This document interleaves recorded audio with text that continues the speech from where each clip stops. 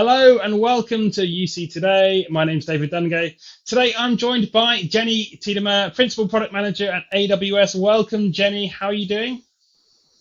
I'm doing great. Thank you so much. It's a pleasure to be talking with you. And today we're going to be talking about AI and ML and how they are impacting communications channels today. It's a very exciting topic. But before we get into that topic, Jenny, do you want to give us a brief introduction to yourself and AWS? Sure. I am, like David, you mentioned, a principal product manager at AWS. I work specifically on a service called Amazon Chime SDK, which is one of our communication developer services. So we'll be talking about that a little bit today and about how AIML really impacts this space. Well, let's get straight into that first question then, Jenny, and talk about what can AI and ML really do for communications channels? What are you seeing at the moment? And so obviously AI and ML are hot topics anywhere you look today. And so within the communication industry, you are probably already interacting with AI ML. Sometimes you're going to know it and sometimes you're not. Communication is really the lifeblood of all communication experience or of customer experiences. And AI ML are really helping to influence how these communications take place and really make it easier for customers, whether there are customers, whether they're end users of customers who are using our products and services. It's really making that experience much more personal, and much more intelligent across the board. So, what kind of channels can really take advantage of AI and machine learning? Really, there is not a channel out there that is immune from using AIML. I think, it's across the board. All different kind of channels can use AIML. When we think about communication developer services, we're thinking both about async and, real-time communications. And so whether it's email or it's voice communication, video communication like we're doing here today, there's really not a channel that's you're not able to use AIML, whether it's SMS, email, or like I said, real time communication. So, Jenny, we talk about cross-channel communications, all the time in the publication, but how can AI really be helpful within this sort of cross-channel communication landscape we find ourselves in?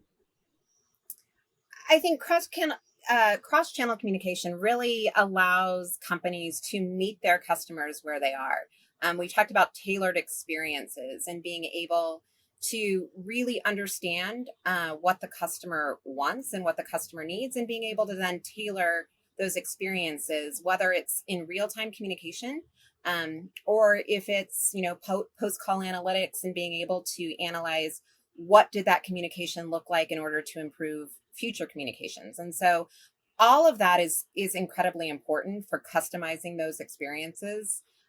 We want to make that as simple as possible. These communication channels are actually fairly complex, and so communication developer services from AWS provide customers an easier way to do that, and then to integrate into the cloud and be able to have a single data lake where all of that information can be contained in order to have many different data points that allow you to draw the best possible conclusions for customers. One of the things that we hear is that there are so many disparate sources of information for customers. There's multiple platforms across the organization, there's multiple channels. And so bringing all those into a single place and having a single data lake, or being able to see all that information in one place versus trying to look across multiple different platforms and services, is one of the big advantages I think that customers have when we think about communication developer services.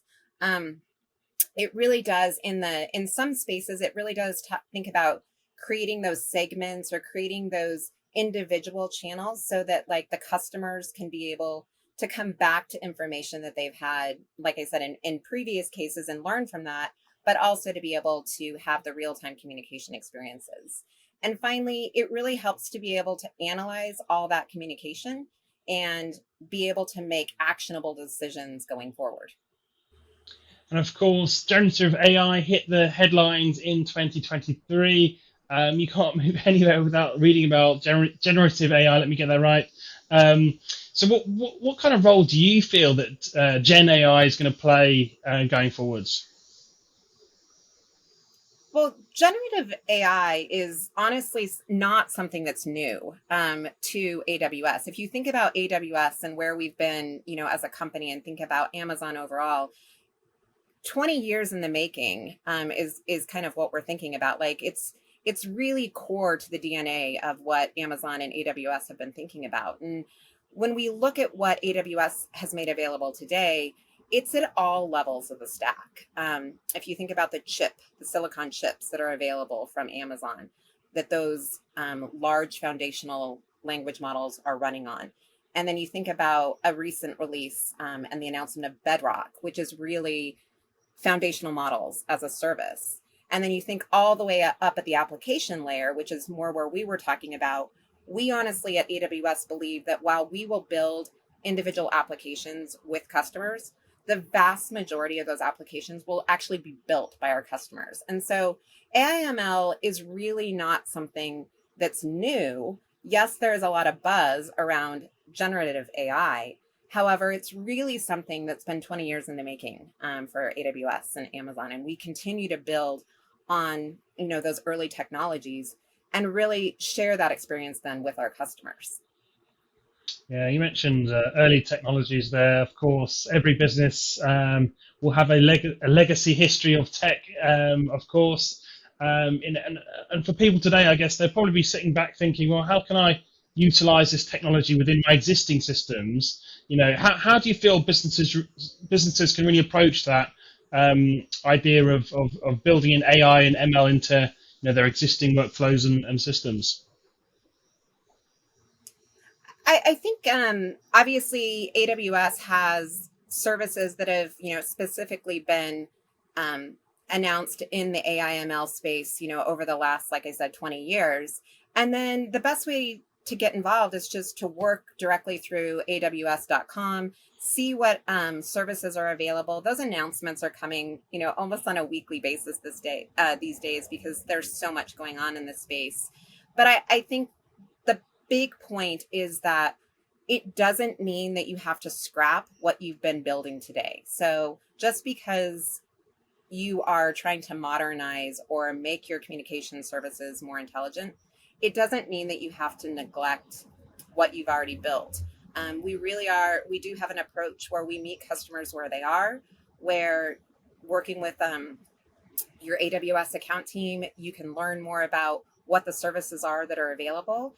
And we also widely deploy partners to be able to help in those conversations, because we realize that for some customers, they might need additional building assistance, or they might need consultative partners to help them on that journey about how to use AI/ML. And so those are all options that are available from AWS. Fantastic. So, last but not least, for those viewers today who are wondering, well, how do I just get started with my journey with AI and ML? What should they do? Where should they go? How should they really start that journey? Yeah, like I said, we can jump into AWS.com. There are a wide range of resources that are available.